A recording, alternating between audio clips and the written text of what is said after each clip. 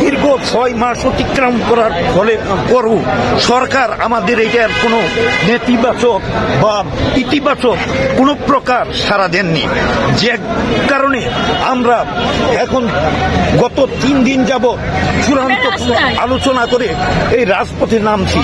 রাজপথে নামার পর আজ যখন প্রথমবার ফিরিয়ে দেওয়া হলো যে এটা সম্ভব না, এর পরবর্তীতে আমাদের প্রতিনিধি টিম উপদেষ্টা মহোদয়ের কাছে সাথে সাক্ষাতের জন্য যান, কিন্তু স্বরাষ্ট্র উপদেষ্টা মহোদয় না থাকার কারণে অন্য কোন প্রেস সচিব সাহেব নাকি বলছেন যে আগামী সোমবার এই প্রতিনিধি টিমের সাথে আলোচনা করে সমাধান করবে।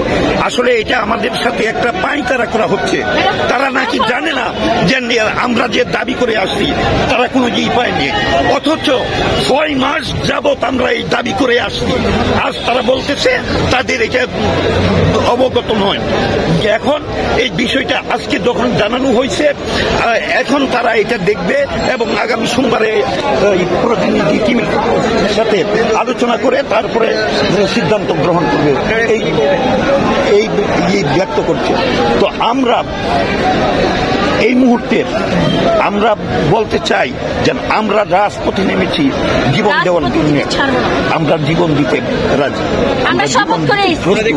কারণ আমরা বরণ করেছি 2009 সালে, আর নতুন করে আমাদের প্রয়োজন নেই, আমরা মরে গেছি।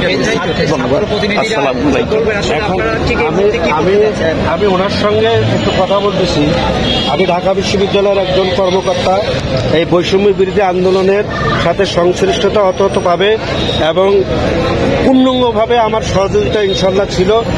এখন আমি আমাদের শাহবাগে যখন ওনাদের একটা ওখানে আন্দোলন হয়, সেখানে আমি বক্তব্য দিয়েছিলাম যে ইনশাল্লাহ বর্তমান সরকার ডক্টর ইউনূস ওনাদের দাবি মেনে নিবে, অবশ্যই মেনে নিবে। ওনাদের যে দাবিগুলো আছে যৌক্তিক।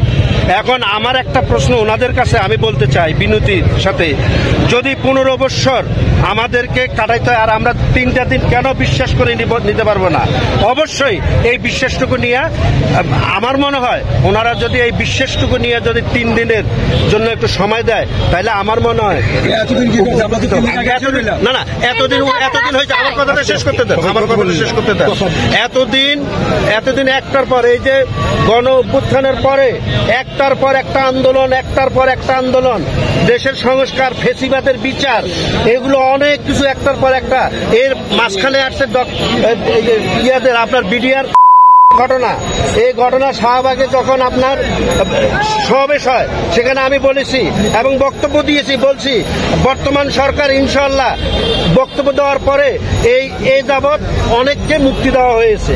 তো মুক্তিরও কতগুলো কার্যক্রম আছে, আইনি বিষয় আছে, জটিলতা বিষয় আছে, সেগুলো দেখবে এবং ওনাদের দাবি যৌক্তিক এবং ইনশাল্লাহ আমি মনে করি পজিটিভ, বর্তমান সরকার মেনে নিবে। এই বলে আমি আমার কথা শেষ করলাম। আপনাদের বক্তব্য অবশ্যই মেনে নেবে, কিন্তু আমার আপনারা কোনো ইন্ধনে কোনো